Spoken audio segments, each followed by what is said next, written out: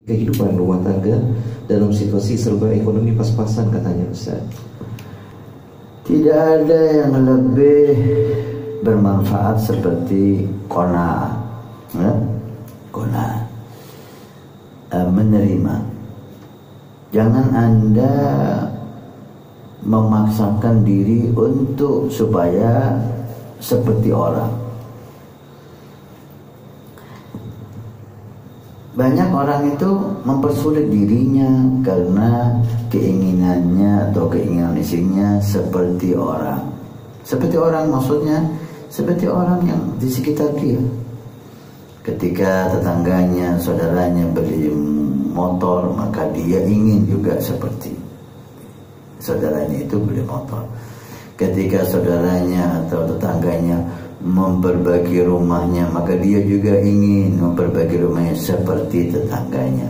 Nah, seperti ingin seperti orang ini membuat banyak masalah keluarga. Coba setiap keluarga mengatur ekonominya masing-masing sesuai dengan kebutuhannya, sesuai dengan pemasukannya. Kedua, al-iqtisad, merancang pemasukan Anda berapa. Kemudian kalau Anda tahu pemasukan Anda seharinya sekian, seminggunya sekian, sebulannya sekian, maka atur pengeluaran. Jangan pengeluaran Anda di atas pemasukan, Anda akan kewalahan. Atur pengeluaran itu sesuai pemasukan. Kalau Anda sebulannya umpamanya gajinya 3 juta, udah jangan sampai sebulan itu pengeluaran Anda lebih dari 3 juta, maka Anda aman.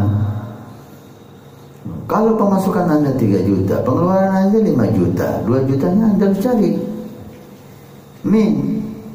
Anda akan kewalahan. Karena itu dikatakan oleh Nabi SAW menghitung ini nisful maisha.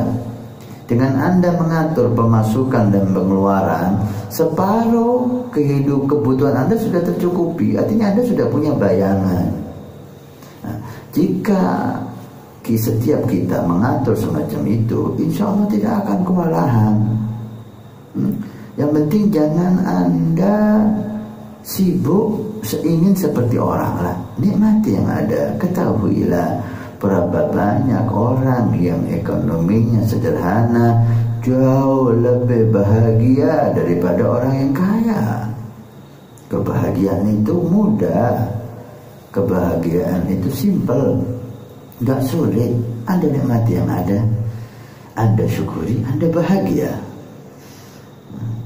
Insya Allah mudah-mudahan Allah berikan kepada kita sifat qanaah, menerima apa yang sudah Allah berikan kepada kita.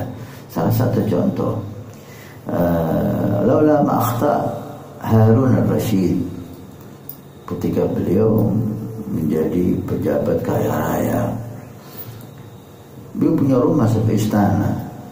Dibuka jendela rumahnya itu terlihat sungai yang mengalir di bawah. Ketika beliau duduk melihat sungai yang mengalir itu, ada seseorang miskin yang mengambil air sungai, kemudian duduk di sebelah pohon, mengeluarkan dari sakunya roti kering, dimasukkan roti itu ke air, kemudian dia mengucapkan suatu bait syair yang Harun al-Rashid gak dengar itu bait syair, tapi dia melihat si orang ini berbicara.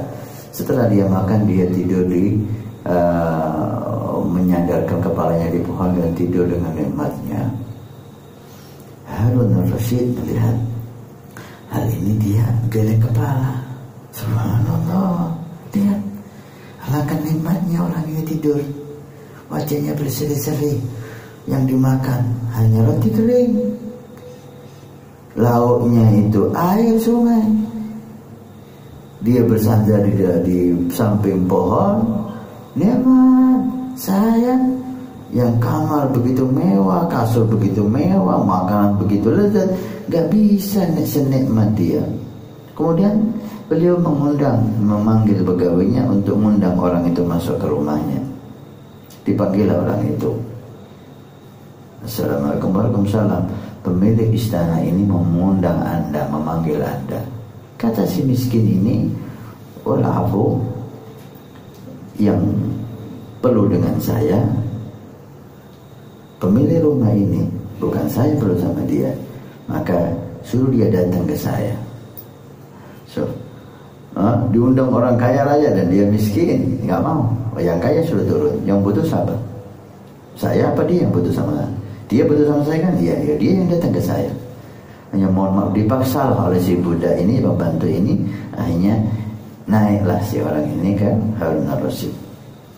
Ditanya, apa yang kau ucapkan tadi ketika kamu makan roti kering dengan air itu? Oh, saya mengatakan, hubzun ma'un wa hubzun wa dillu, hada na'imul ajallu, jahattu ni'amar rabbi in qultu inni muqillu. Allah memberikan saya roti dan ada air untuk saya minum, dan ada bangkai pohon, daun pohon untuk saya berteduh dari panas. Udah, makanan ada, minuman ada, berteduh dari sinar teriknya matahari ada. Ini adalah nikmat yang besar. Aku menjadi hamba yang kufur nikmat jika aku katakan aku ini mendapatkan nikmat yang kecil. Sadarlah Harun Ar-Rasyid. Gini, orang yang hanya mendapatkan rezeki semacam ini mempunyai kebahagiaan besar ketika dia mensyukurinya. Oleh karena itu, marilah kita pandai bersyukur dan berqanaah.